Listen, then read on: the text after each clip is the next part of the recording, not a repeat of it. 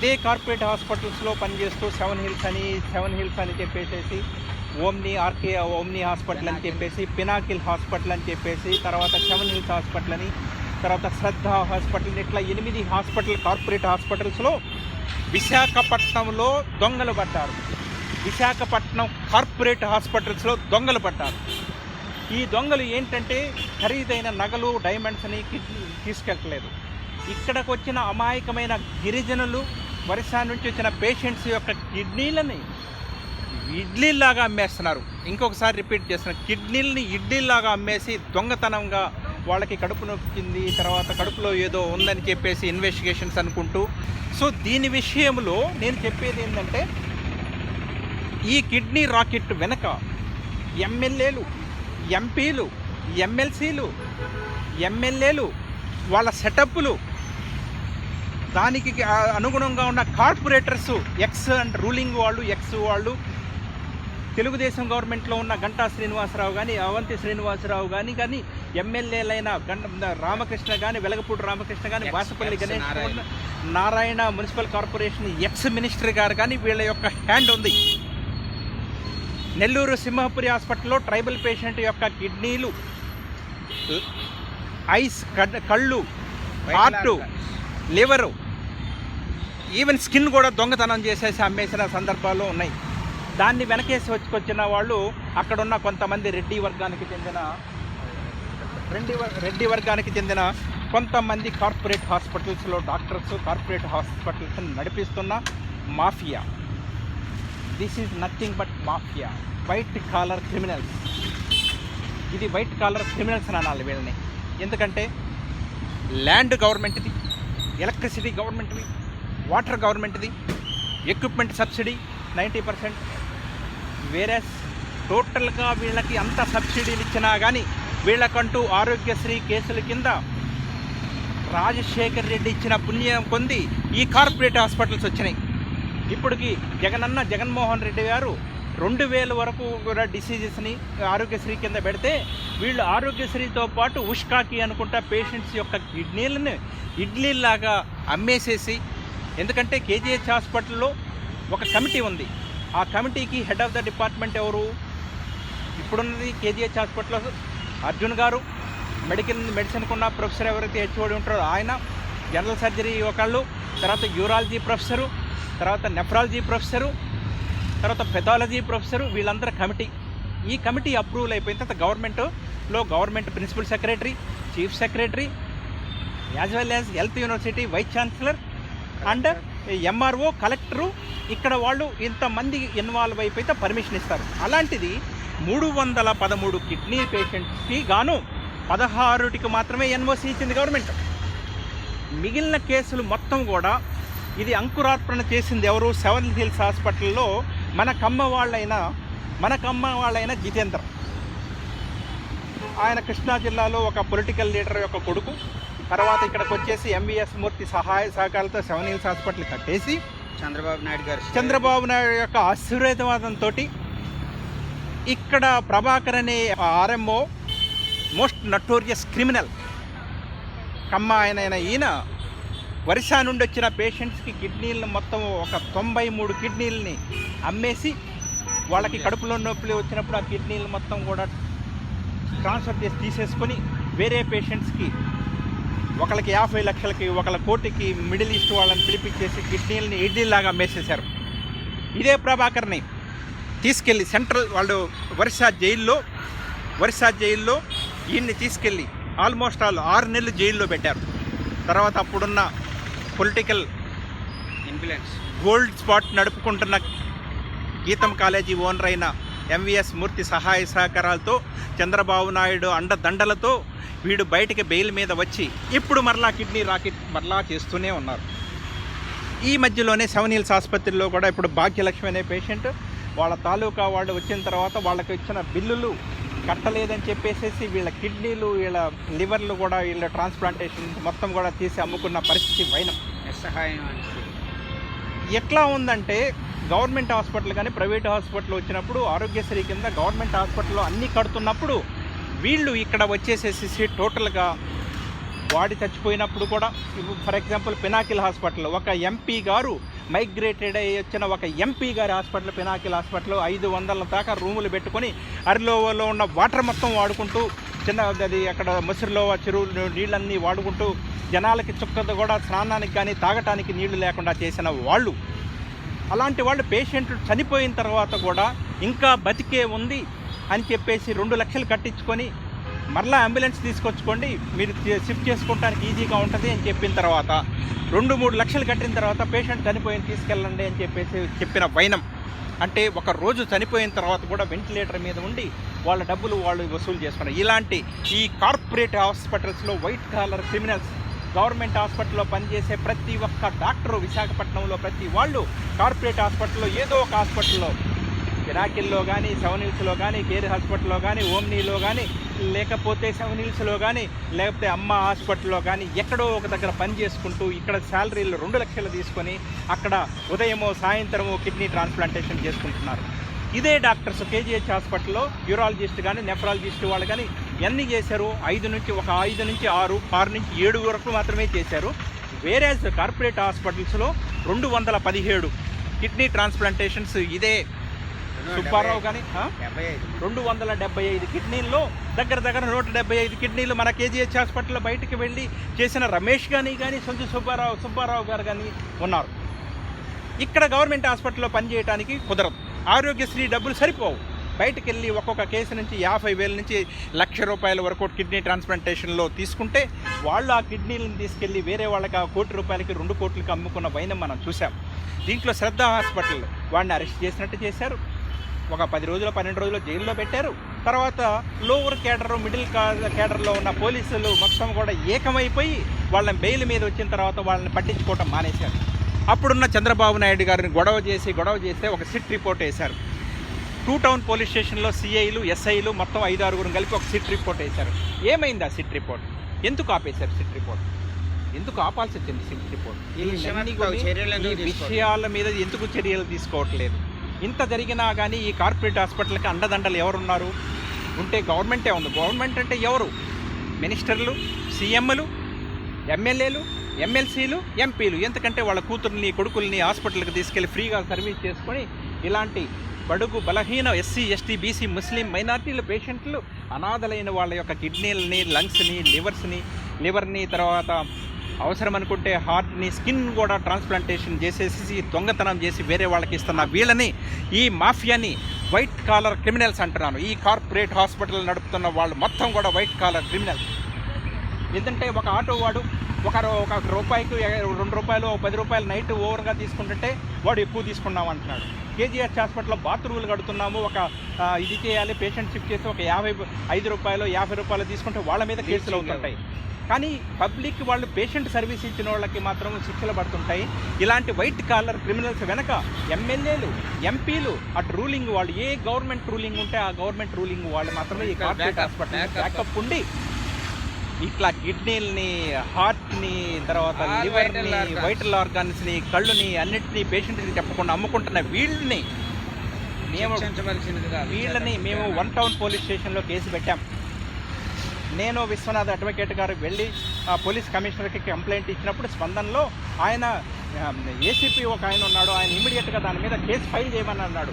కానీ 1 town police స్టేషన్లో ఉన్న ఎస్ఐలు, స్టేషన్ హౌస్ ఆఫీసర్, అప్పుడున్న వాళ్ళు ఇప్పుడున్న వాళ్ళు సిఐలు నిమ్మక నీరెత్తినట్టుగా ఉంటారు. అదేమంటే మేమే కంప్లైంట్ ఇచ్చామని చెప్పేసేసి కేజీహెచ్ అర్జున్ గారికి అక్కడున్న ఆర్ఎంఓలకి చెప్పేసేసి మా మీద అనవసరంగా మమ్మల్ని బ్లేమ్ చేస్తున్నారండి అని కంప్లైంట్ మమ్మల్ని డిఫేమ్ చేస్తున్నారు. ఏమని డిఫేమ్ చేశాం?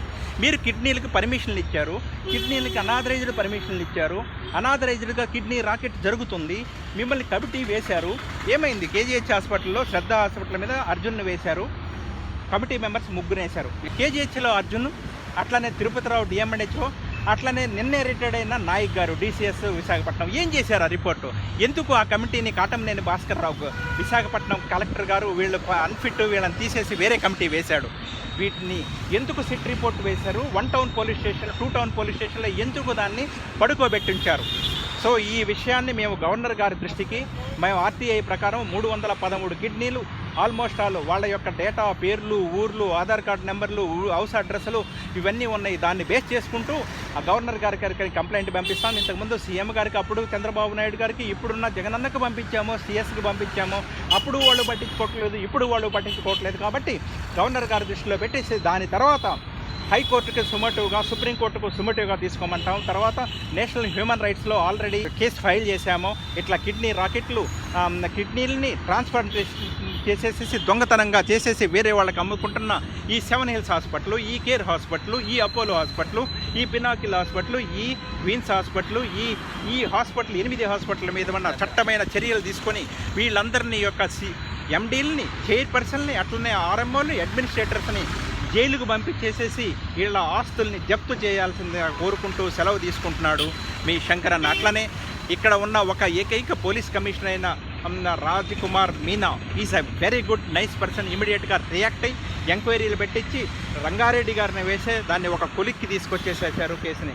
కానీ లోవర్ కేడర్లో ఉంటున్న సిఐలు, ఎస్ఐలు, ఎస్హెచ్ఓలు, కానిస్టేబుల్లు కుమ్మక్కైపోయి ఎమ్మెల్యేలు, మినిస్టర్ల యొక్క పాదాలకి మడుగులు ఒత్తుతూ వీళ్ళందరూ కూడా కుమ్మక్కైపోయి నార్మల్ పేషెంట్స్ని, ఇన్నోసెంట్ పేషెంట్స్ని సర్వనాశనం చేస్తున్న ఈ వైట్ కాలర్ క్రిమినల్స్ అయిన డాక్టర్స్ని కార్పొరేట్ హాస్పిటల్లో నడుపుతున్న ఈ క్రిమినల్స్ మీద సివిల్ క్రిమినల్ కేసెస్ పెట్టాలని పెట్టేదానికి ప్రోద్బలం చేసుకో అడ్వకేట్ విశ్వనాథ్ గారు, శంకరన్న, నేను డెఫినెట్గా ఈ సందర్భంగా పెందుర్తి పోలీస్ స్టేషన్లో ఉన్న పి సత్యనారాయణ గారు మోస్ట్ కరప్ట్ అండ్ ఆయన ఎవరో చెప్తే కేసులు ఫైల్ చేస్తారంట.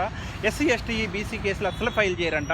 ఈ విధంగా ఆయన ఛార్జ్ మెమో కూడా ఆర్పి మీనా గారి దగ్గర నుంచి ఛార్జ్ మెమో తీసుకొని అవసరం అనుకుంటే మీరు 100 ఫోన్ చేసుకోండి, వాళ్ళు వచ్చి పరిష్కరిస్తారన్నప్పుడు పెందుర్తి పోలీస్ స్టేషన్ ఎందుకు ఉన్నది? 25/2/2020లో దగ్గర 4 నెలల క్రితం పెట్టిన కేసులను కూడా మనీ లాండరింగ్ మీద, రేపులు, కిడ్నాపులు చేసే క్యాండిడేట్ల మీద పెట్టినా కానీ దాని మీద యాక్షన్ తీసుకోకుండా, దాన్ని చదవకుండా పడుకోబెట్టి కమిషనర్ గారు పంపించినా కానీ, మీనా గారు పంపించినా కానీ, ఏసీపీ గారు, సిఐ అయిన పెందుర్తి వాళ్ళు ఎందుకుంటున్నారు, కామ్గా ఉంటున్నారు? వెస్ట్ ఏసీపీ కూడా సమాధానం చెప్పి తీరాలి. లేకపోతే మిమ్మల్ని state human rights, international human రైట్స్లో కూడా మీ మీద సివిల్ క్రిమినల్ కేసెస్ మూవ్ చేస్తామని తెలియజేసుకుంటూ సెలవు తీసుకుంటున్నాడు. జై హిందుస్థాన్, జై హింద్, మేరా భారత్ మహాన్, జై Hind.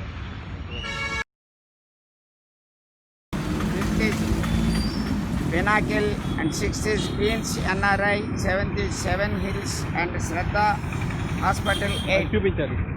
These 8 hospitals are mostly and regularly committing mistakes on which a police report is given in connection with one patient. His wife, namely Bhagyalakshmi, she has reported before the police commissioner of Visakhapatnam stating that the hospital staff and all the doctors are colluded together with the list of hospitals and doctors, those who are misusing and mistreating, saying that the operations are requirement. Under the circumstances only kidneys are being looting. In such a manner, I am lawyer Vishwanath and one of my associates, both we applied letter under RTI Act seeking information from the respective authorities, and we addressed a letter to the superintendent of KGH to give certain information regarding the operations conducted by them in connection with the kidneys, etc., for which the said officer, namely superintendent of KGH, Dr. Arjun, namely Arjun, is holding power over the KGH King George Hospital at Visakhapatnam, and is one among the crucial members of the committee, even includes the district magistrate and collector of Visakhapatnam, and such other members are also associated together. Basing on our letter, they are given some report that authorized committee approved the cases from Apollo Visakhapatnam, that is 39, and Care Hospital Visakhapatnam 42, and Manipal and Mycure Visakhapatnam 39, and Omni Hospital Visakhapatnam only 1, and Pinnacle Chinnagadili Visakhapatnam 12, and Queen's NRI Visakhapatnam 12, and Seven Hills Visakhapatnam 94, and Shraddha Hospital Visakhapatnam 36. Total 275 cases were approved to undergone kidney operation for transplantation.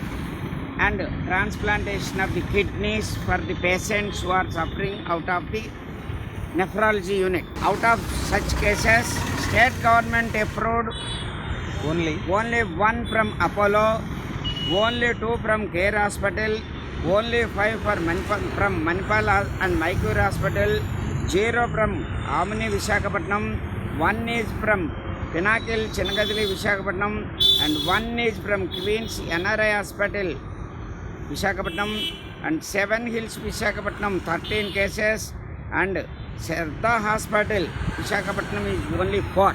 Total 27.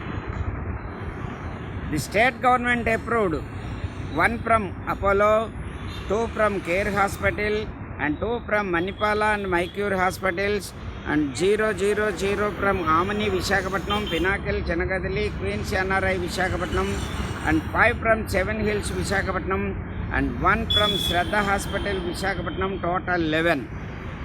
And the total figure out of the authorized approval items from government authorities and committee, 275 and 11, total 27 is rejected out of 317, and the NOCs are concerned only 16 is given.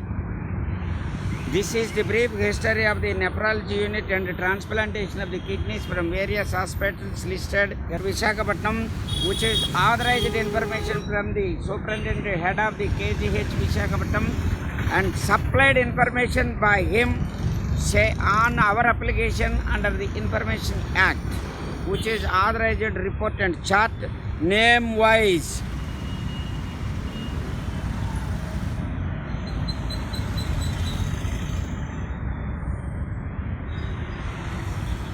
If required, we are unable to disclose the names and particulars and the details of them even. We are having every authority to fight on the cases attended before such hospitals, and on them operations were conducted and kidneys were looted.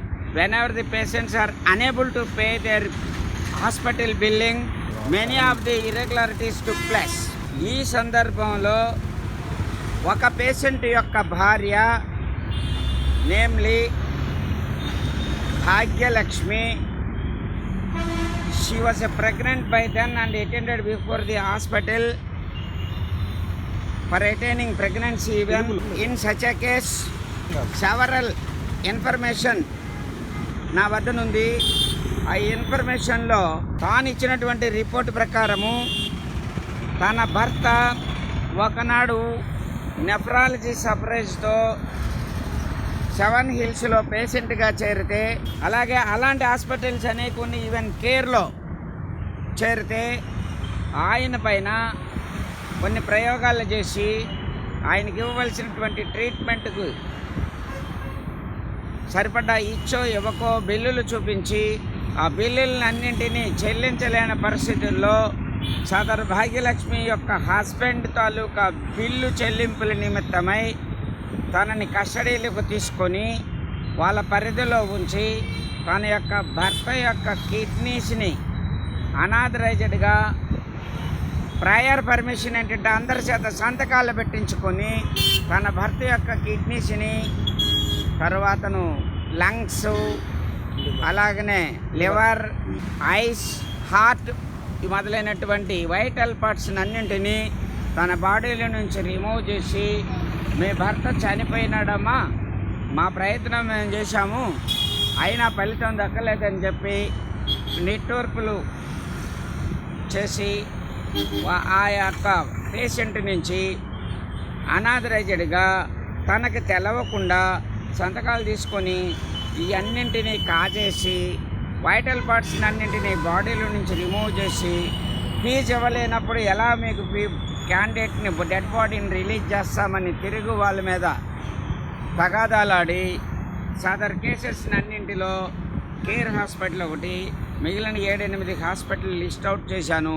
వాటి నుంచి అనునిత్యము ఈ దోపిడీ జరుగుతూ పేద మరియు ఒరిస్సా లాంటి వెనుకబడిన ప్రాంతాల నుంచి అభాగ్యులైనటువంటి పేషెంట్లని హాస్పిటల్లో చేర్చుకొని ప్రాపర్ ట్రీట్మెంట్ ఇవ్వకుండా, వాస్తవాలు చెప్పకుండా వాళ్ళ యొక్క వైటల్ పార్ట్స్ని రిమూవ్ చేసి డబ్బులు గుంజేసుకొని వీళ్ళు సంపాదించిన vital parts like kidneys etcetera ఇతరులకు అమ్ముకొని పబ్లిక్ను లూట్ చేస్తున్నటువంటి ఈ వ్యవహారంపై పోలీస్ కమిషనర్కి రిపోర్ట్ ఇవ్వగా తన కంట్రోల్లో ఉన్న డిప్యూటీ కమిషనర్ డాక్టర్ రంగారావు గారని ఆయనకి ఆ బాధ్యత వహించమని ఎంక్వైరీ నిర్వహించిన అనంతరము తగు చర్య తీసుకోమని మంజూరు చేయగా ఆర్డర్సు సదర్ రంగారెడ్డి గారు తగు ఎంక్వైరీ చేసి ఆ కేసెస్ పైన తగు విచారణ అనంతరము గవర్నమెంట్ వారికి ఇచ్చినటువంటి రిపోర్టు అంశములు ఇంతవరకు విశదపరచలేదు. అదేవిధంగా 1 టౌన్ పోలీస్ స్టేషన్లో సదర్ విషయమై అప్టైన్ చేసినటువంటి ఇన్ఫర్మేషన్ని మాకు ఇవ్వమని కోరగా ఆ రిపోర్టు కానీ ఆ సందర్భాన్ని కానీ మా కంప్లైంట్ని కానీ మేము ఇచ్చిన రిక్వెజేషన్ లెటర్ను కూడా సబ్మిట్ చేసిన రిపోర్టును కూడా కనీసము పరిశీలించకుండా సీటు కింద వేసుకొని చెత్తబుట్టలో పడేసో గడుపుతున్నాడే కానీ మాకు సమాధానం ఇవ్వటం లేదు. అట్లానే కేజీహెచ్కి సంబంధించిన విషయాల వరకు కేజీహెచ్లో అడుగుతుంటే మేము పలానా కేసులు పలానా వాళ్ళ దగ్గర ఉన్నాయని ఇన్ఫర్మేషన్ ఇచ్చాం కనుక ఆయా విషయాలను మీరు బయట తేల్చుకోండి అని కేజీహెచ్ వారు చెప్తూ ఉన్నారు. మిగిలిన అంశాలని ఏ ఒక్కరు ఏ పరిధిలో ఉన్న పోలీస్ స్టేషన్లకు వెళ్ళి ఎవరికి చెప్పినా, హాస్పిటల్ అధికారులకు చెప్పినా, ఉన్నతాధికారులకు తెలియజేసినా ఏ ఒక్కరూ తగు చర్య తీసుకుండా కామన్ పబ్లిక్ని ఇబ్బంది పెడుతూ వాళ్ళ జవజీవాల్ని నాశనం చేస్తూ ప్రాణాలని తీసేస్తూ హాస్పిటల్కి రక్షణ నిమిత్తమై వస్తే వాళ్ళని భక్షించి వాళ్ళ శరీర అంతర్భాగాలని అన్నింటినీ కట్ చేసి ఈ భాగాలతో కిడ్నీస్ మరియు ఊపిరితిత్తులు మరియు లివరు, హార్ట్ బిట్స్ అలాగే ఐస్ ఇట్లాంటి ఐటమ్స్ని బయట ప్రపంచానికి లక్షలలో అమ్ముకుంటూ కామన్ పబ్లిక్ని మోసం చేస్తున్నటువంటి ఈ హాస్పిటల్ హెడ్స్ని వాళ్ళు ముఖ్యంగా జితేంద్ర ప్రసాద్, 7 హిల్స్ అలాగే ప్రభాకర్ అనే ఆర్ఎంఓలు చేస్తున్నటువంటి అరాచకాలు, అదేవిధంగా ఈ group of hospitals, corporate hospitals వాళ్ళందరూ ఐక్యపడి ఇలాంటి దోపిడీని కామన్ పబ్లిక్ని చీట్ చేస్తూ అసాంఘిక వ్యవహారాల్ని నడిపిస్తూ ప్రజలను దోపిడీ చేస్తూ ఆ దోపిడీ చేసిన శరీర అంతర్భాగాల్ని వైటల్ పార్ట్స్ అన్నింటినీ ఇతరులకు అమ్ముకుంటూ లక్షల్లో కోట్లల్లో గడించుతూ కామనర్స్ని చీట్ చేస్తున్నటువంటి ఈ విధానాన్ని మేము గర్హిస్తూ ఉన్నతాధికారులకి, హ్యూమన్ రైట్స్ వారికి, అలాగే స్టేట్ సెంట్రల్ హ్యూమన్ రైట్స్కి, ఇంటర్నేషనల్ హ్యూమన్ రైట్స్కి, గవర్నర్ ఆఫ్ ఆంధ్రప్రదేశ్కు మరియు ప్రెసిడెంట్ ఆఫ్ ఇండియా, అదేవిధంగా assembly speaker and authorities in the assembly of Andhra Pradesh అమరావతికి మేము మనవి చేస్తున్నాము. ఈ విషయాల్ని పంపిస్తున్నాము. అవసరం అనుకుంటే అసెంబ్లీలో స్టార్ క్వశ్చన్స్ వేపించి తగు చర్యలు తీసుకోమని స్పీకర్ వారి సీటుకి ఈ వ్యవహారాలని పంపించదలుచుకున్నాము. కావున ఇందు విషయమై తగు విచారణ జరిపించి విశాఖపట్నం కలెక్టర్ గారు నిర్వహిస్తారో లేదా కమిటీ మెంబర్స్ అందరూ ఏకమై నిర్వహిస్తారో దీనికి ఒక కమిటీ ఉంటుంది. DM&HO అలాగే KGH superintendent and some other superintendent, అలాగే one of the senior expert doctors స్పెషలిస్టులు ఉంటారు 5. అట్లనే DM&HO ఉంటారు. Collector one of the crucial member, ఆయన హెడ్ అవుతారు. DME ఉంటారు, vice chancellor of state level. అలాగే మెడికల్ హెల్త్ యూనివర్సిటీకి సంబంధించిన vice chancellor. These are the crucial and highly educated reputed personalities అందరూ ఈ కమిటీలో మెంబర్స్ ఉంటారు. ఇంత ఘోరము అఘాయిత్యాలు జరుగుతుంటే ఇంత మేధావి వర్గము మానవతా దృక్పథాన్ని పక్కన పెట్టి మనుష్యులము మనం ఈ పని చేయకూడదు, మనము ఈ యుగంలో బ్రతికి ఉన్న దేవుళ్ళు భూమి మీద నివసిస్తూ మనము సంచరిస్తూ ఉద్యోగ విధానంలో మనం పేషెంట్లకి దేవుళ్ళుగా దర్శనమిస్తూ ఉన్నామని చెప్పుకునే ఈ డాక్టర్లు, పెద్ద పెద్ద ఎక్స్పర్ట్సు, హాస్పిటల్ సూపరింటెండెంట్స్ ఇత్యాదులందరూ మోసం చేస్తున్నటువంటి దృశ్యాలని, గాథలను, పరిస్థితులను ఈ హై లెవెల్ కమిటీ కూడా పట్టించుకోకుండా సీటు కింద వేసుకొని గడుపుతున్నటువంటి సిట్ వేసారు. ఆ సిట్ రిపోర్ట్ ఏమైంది? సిట్లో రిపోర్ట్ ఇచ్చిన సిట్ రిపోర్ట్ ఏమైందో డిస్క్లోజ్ చేయరు. కలెక్టర్ గారు వాలంటరీగా ఎటువంటి ఇన్ఫర్మేషన్ ఇవ్వరు. అలాగే కేజీహెచ్ సూపరింటెండెంట్ గారు అసలు పలకరు. అలాగే committee head DME medical and health consult DME state level అని ఆయన అసలు పట్టించుకోరు. ఆయన ఆ హెడ్షిప్ ఎవరికి ఉండే వాళ్ళకి. అలాగే రకరకాల హోదాలలో ఉన్నటువంటి మెడికల్ ఎక్స్పర్ట్స్ ఏ ఒక్కరు సైలెన్స్ మెయింటైన్ చేయడం తప్పితే అవసరమైనటువంటి ఇన్ఫర్మేషన్ కానీ తగు చర్యలు తీసుకోవడం కానీ ఏమీ జరగలేదు. కావున ఈ విషయాన్ని మా పర్సనల్ సోషల్ మీడియా ద్వారా మేము గవర్నమెంట్ వారికి, గవర్నర్ గారికి, సీఎం గారికి, వైద్య ఆరోగ్య శాఖ మంత్రివర్యులకు, అట్లానే state and central human rights committee హెడ్స్కి, మెంబర్స్కి, అదేవిధంగా ఇంటర్నేషనల్ హ్యూమన్ రైట్స్ వారికి, మన రాష్ట్ర హైకోర్టు పెద్దలకు సుమోటివ్గా ఈ కేసును తీసుకొని మా రిపోర్ట్ ఇన్వెస్ట్ చేసుకుని అవసరమైతే తమరు ఎప్పుడు సమన్ చేస్తే అప్పుడు మేము వస్తాము. సిబిఐకి ఇవ్వాలి మా స్టేట్మెంట్లు రికార్డు చేయించుకోవడానికి. అలాగే సిబిఐ, ఏసీబీలు మొదలైనటువంటి విజిలెంట్ యూనిట్స్కి తగు చర్యలు తీసుకోమని మేము పేద ప్రజల తరఫున, అభాగ్యులైనటువంటి కిడ్నీలు పోగొట్టుకున్నటువంటి పేషెంట్ల తరఫున మనవి చేస్తూ తగు చర్యలు చేపట్టగలందుకు మనవి.